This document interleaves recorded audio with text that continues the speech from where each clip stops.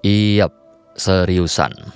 Nah, teori ini sebenarnya udah diproposalkan sekitar sebulan yang lalu ya teman-teman. Hanya saja waktu itu emang belum benar-benar naik ke meja produksi dan belum ada celah yang pas gitu loh untuk menciptakan retakan pertama pada asumsi besar ini. Apalagi belief mayoritas itu sudah terlanjur kuat bahwa Paimon adalah Asmodai, the Sage of Space. Nah, namun setelah kebetulan kepikiran sesuatu, saya pun mau coba ngangkat proposal ini dan membuka celah baru. Bahwa Paimon sebenarnya bukanlah Asmodai, melainkan salah satu dari ras angel atau malaikat yang ada di Tifat. Nah, nanti akan saya jelaskan reasoningnya, kemudian poin-poin kunci, dan semua hal yang berkaitan dengan itu. Ya, jadi tanpa berlama-lama lagi, kita langsung mulai sekarang. 月の物語が聞きたいの?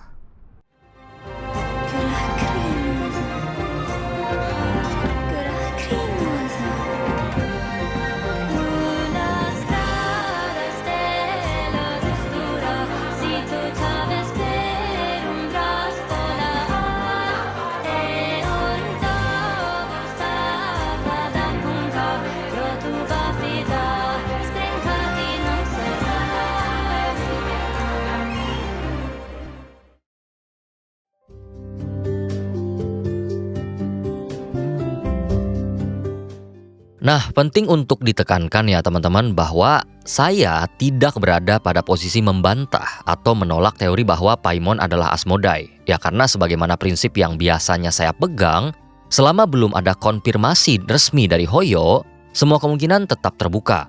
Kalau teman-teman ingat, dulu ada proposal atau sebuah teori bahwa Paimon adalah dewa waktu gitu kan. Dan pada akhirnya kita tahu bahwa dewa waktu kemungkinan bukanlah dia. Nah, ketika sebuah teori sudah melewati titik itu, baru bisa dibantah.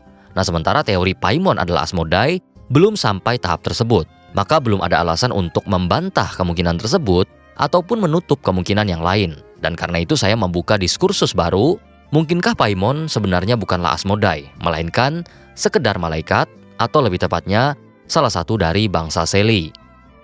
Nah, mungkin sedikit saya konstruksikan dulu di mana letak keraguan saya terhadap asumsi bahwa Paimon adalah Asmodai. Nah, pertama tentu soal pencarian Ronova terhadap Asmodai. Dalam Vivi God's Limit, Ronova jelas mengatakan bahwa Asmodai harus ditemukan bahkan sekalipun pertemuan saat itu hanya sebuah formalitas. Artinya, Ronova memang berada dalam posisi aktif dalam mencari Asmodai. Nah, namun ketika ia berhadapan langsung dengan Paimon di Okhanatlan, tidak ada reaksi apapun. Padahal dengan mata indah sebesar itu dan kemampuan Sage yang bisa menatap jauh menembus ruang, seharusnya keberadaan makhluk mungil yang terus melayang di samping Traveler akan sangat mudah disadari olehnya, termasuk identitasnya. Tapi itu tidak terjadi gitu kan? Kecuali, tentu ini sebuah asumsi lagi, kita mengasumsikan bahwa Asmodai memiliki semacam ability atau mekanisme misperception yang begitu kuat hingga mampu mempengaruhi para Sage, sehingga keberadaannya benar-benar tidak bisa dikenali. Ya, namun balik lagi, ini asumsi terlalu liar karena tidak memiliki dasar tekstual yang jelas, dan juga semakin sulit diterapkan setelah kita tahu dari kesaksian Ronova juga bahwa Asmodai memiliki master baru. Dengan adanya case semacam itu, penerapan skenario misperception menjadi makin sulit untuk diterima. Nah, yang kedua, ini masih berada dalam zona abu-abu, namun saya pikir tidak bisa kita lewatkan. Jika Paimon benar adalah God of Space, lantas bagaimana mungkin satu entitas yang sama bisa memegang dua nama Ars Gothia, Paimon dan Asmodai? Secara teori memang tidak mustahil, tapi sejauh ini sepengetahuan saya tidak ada kasus serupa. Nah, apalagi jika kita mempertimbangkan list daripada Ars Gothia, jumlah entitasnya sangat terbatas, hanya 72. Sehingga rasanya berlebihan bila satu makhluk sampai mengambil dua nama sekaligus. Ya, walaupun untuk poin ini masih ada kemungkinan bisa dimaklumi kalau kasusnya mirip seperti Venti dan Istaroth. Hanya saja bahkan dalam paralel itu, keduanya tetap dua entitas yang berbeda. Nah, jadi paling tidak pada titik ini saya sudah punya alasan untuk sedikit tidak setuju bahwa Paimon adalah Asmodai. Dan barulah sekarang kita masuk ke alasan kenapa justru saya bisa setuju bahwa Paimon adalah malaikat atau angel. Nah, kita mulai dari segi penamaan dulu, yaitu Paimon. Dalam deskripsinya di Lesser Key of Solomon, Paimon disebut sebagai pengikut paling setia dari figur yang pasti sudah sangat familiar di telinga teman-teman, yaitu Lucifer atau Fallen Angel. Dan untuk saat ini, di Genshin, peran Lucifer ini sangat kuat mengarah pada sosok malaikat pertama, yaitu Koitar. Dari segi penamaan misalnya, Koitar disebut sebagai Dawnstar, lalu sifatnya sebagai malaikat yang berkhianat dari Creator alias Fallen Angel, membuat Koitar memang paling pas memegang archetype tersebut.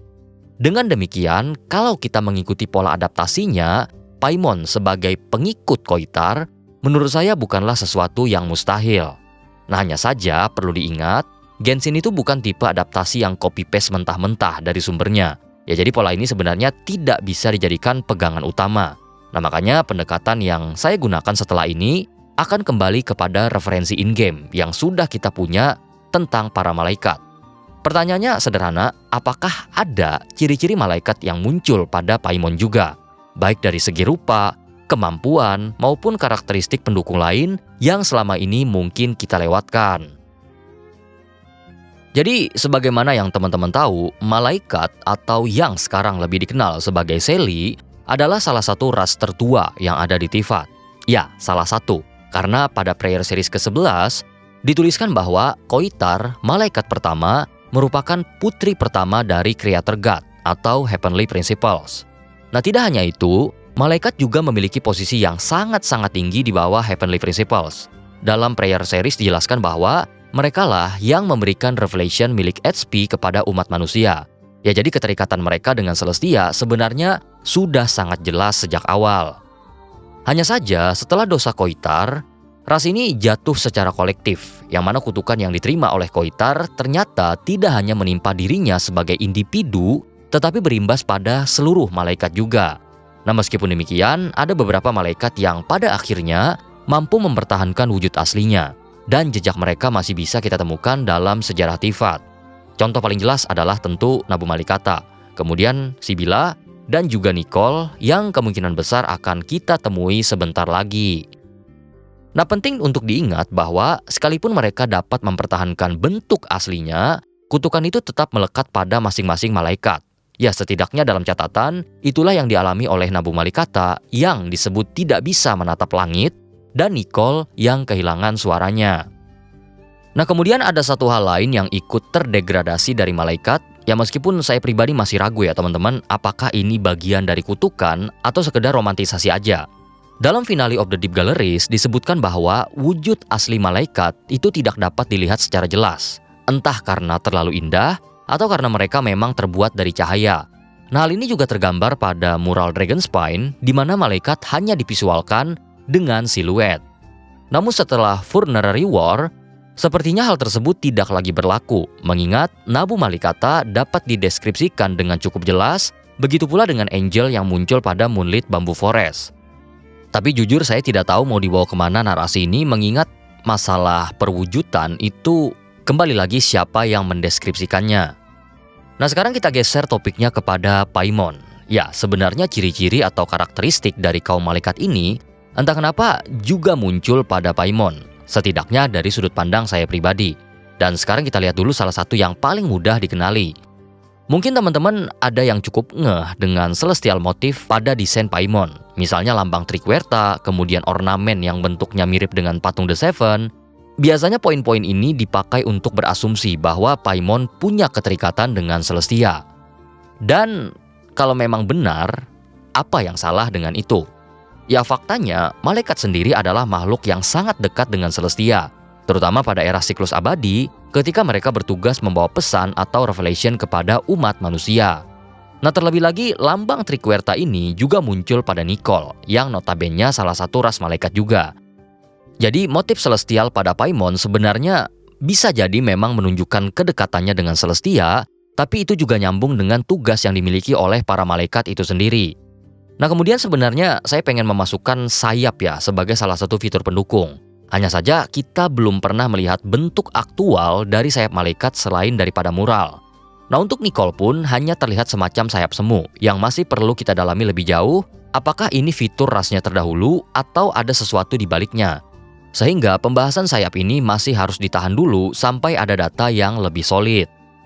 Nah kemudian soal bentuk, Paimon ini sebenarnya bisa dikatakan sebagai salah satu wujud paling asing bagi penduduk Teyvat. Dia kecil seperti bayi tapi bisa bercengkrama layaknya manusia, kemudian bisa terbang dan seterusnya. Nah jujur agak sulit menjawab kenapa Paimon berbentuk demikian dan menjadi satu-satunya makhluk dengan rupa seperti itu, kecuali mengasumsikan jawabannya berada pada satu hal, yaitu kutukan Selly. Kutukan Selly memang terkenal sebagai larangan bagi ras malaikat untuk mencintai satu orang atau satu entitas secara spesifik.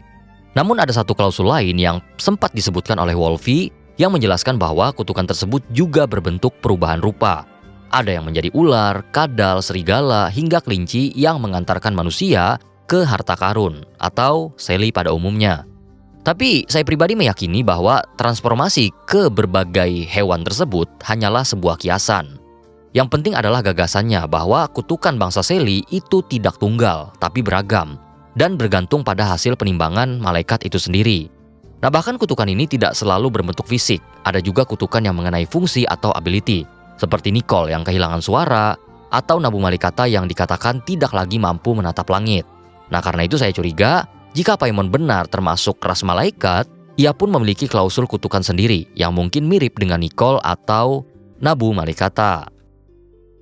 Nah, saya juga merasa bahwa Paimon sebagai malaikat akan punya klausul yang lebih spesial karena statusnya yang setidaknya dari indikasi yang saya punya setara atau mendekati dengan Koitar. Yaitu keduanya sama-sama memiliki mahkota. Ya, Paimon memiliki sebuah mahkota di kepalanya dan bentuk asli bangsa Selly pun dikatakan juga demikian, bahwa mereka memiliki mahkota. Hanya saja mahkota tersebut bukan sekedar ornamen atau hiasan, tetapi sebuah janji, lebih tepatnya janji kesetiaan kepada Heavenly Principles.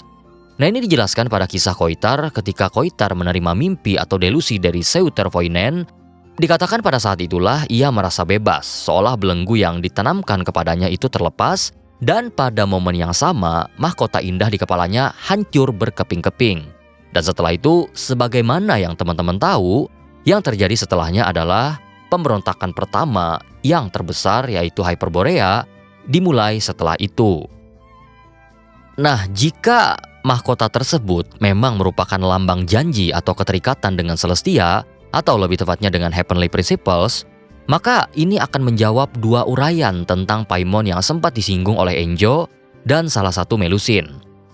Enjo pernah mengatakan bahwa mungkin suatu saat Paimon akan mengkhianati Traveler.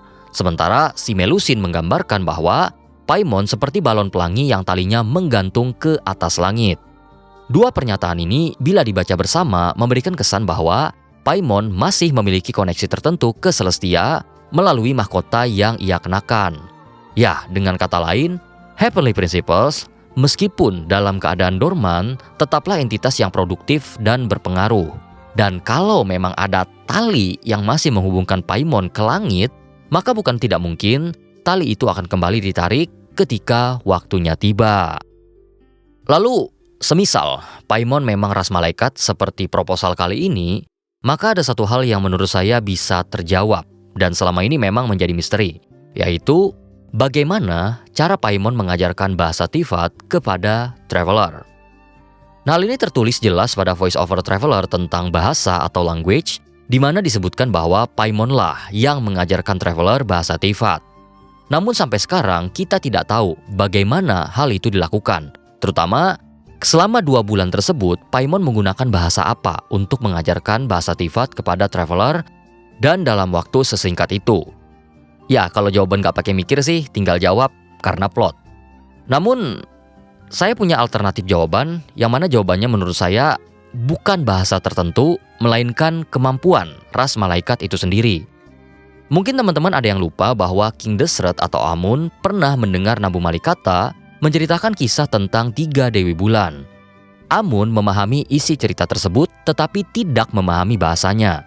Kemudian pola ini terulang kembali pada Andrius ketika bertemu dengan Koitar di Selly Palace. Koitar pada saat itu menyanyikan lagu Selly. Andrius justru memahami arti, makna bahkan rima dari lagu tersebut, padahal katanya bahasanya sama sekali tidak pernah ia dengar sebelumnya. Nah, kemampuan inilah yang saya pikir dapat menjelaskan bagaimana Paimon mengajarkan bahasa kepada Traveler. Bukan lewat bahasa perantara, tetapi lewat transfer makna, kemampuan khas malaikat yang menembus batas linguistik. Walaupun tentu detail lebih dalam soal mekanismenya masih perlu kita gali lebih jauh, terutama menunggu arsip yang ada di masa yang akan datang. Nah, kemudian sebenarnya ada satu hal lagi yang membuat Paimon ini cukup unik kondisinya, yaitu soal tandem. Entah kenapa, sejak Koitar, kemudian Nabu Malikata hingga Sibila, ras malaikat selalu terlihat memiliki tandem dalam perjalanan mereka. Koitar misalnya bersama suaminya, Nabu Malikata bersama Amun, dan Sibila bersama Remus. Kemudian Paimon, ya saya rasa teman-teman sudah tahu jawabannya. Nah kan tetapi karena masih ada 3 malaikat lain yang belum terkonfirmasi apakah mereka punya tandem atau tidak, maka soal tandem ini sebenarnya masih 50-50. Masih mungkin iya dan masih mungkin tidak. Nah namun satu hal yang perlu dicatat, status tandem malaikat itu justru lebih sering menjadi kabar buruk dibandingkan kabar baik. Karena sepanjang sejarah mereka, pola ini selalu berakhir dengan tidak baik. Ya tapi mari simpan dulu pembahasan ini untuk video berikutnya, karena fokus kita kali ini adalah membuka celah bahwa Paimon bisa saja merupakan bagian dari ras malaikat. Melalui apa? Melalui motif Celestia pada desainnya yang sangat wajar sebenarnya, mengingat malaikat memang terikat dengan heavenly principles. Lalu soal mahkota, yang mungkin bisa menjelaskan kenapa Paimon digambarkan masih terikat ke langit. Lalu bentuk unik Paimon yang mungkin bisa dijelaskan oleh mekanisme kutukan timbangan bangsa Seli, disusul pola beberapa malaikat yang punya tandem, yang sedikit banyak tercermin pada Paimon dan Traveler. Dan terakhir tentu saja poin yang menurut saya paling menarik adalah kemampuan bahasa, yang bagi para malaikat memang bukan sebuah hambatan.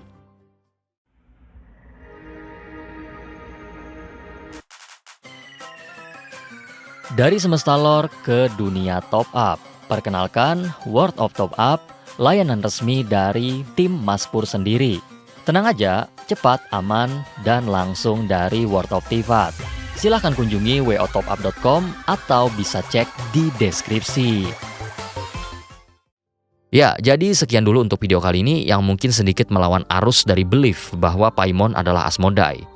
Ya, saya lebih mengarahkan pada kemungkinan bahwa dia merupakan salah satu ras malaikat. Apakah bukti yang saya sampaikan di sini bisa mengkonfirmasi identitasnya? Iya, tentu saja tidak kalau mengkonfirmasi. Status teori ini masih sama seperti teori Paimon adalah Asmodai, belum tentu terbukti dan belum terbantahkan.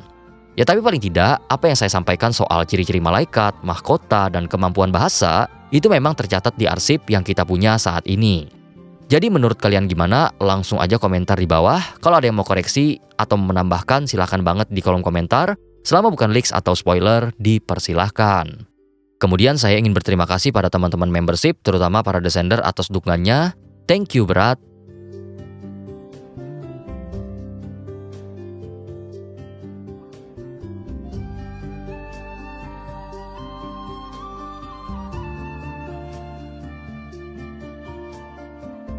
Dan buat semuanya yang udah nonton sampai habis, terima kasih sudah meluangkan waktunya. Kalau suka dengan kontennya, jangan lupa berikan like, komen, dan subscribe, atau bisa gabung membership juga untuk dukungan langsung, serta eksklusif konten. Oke, saya Mas Puri pamit dulu. Hadestra.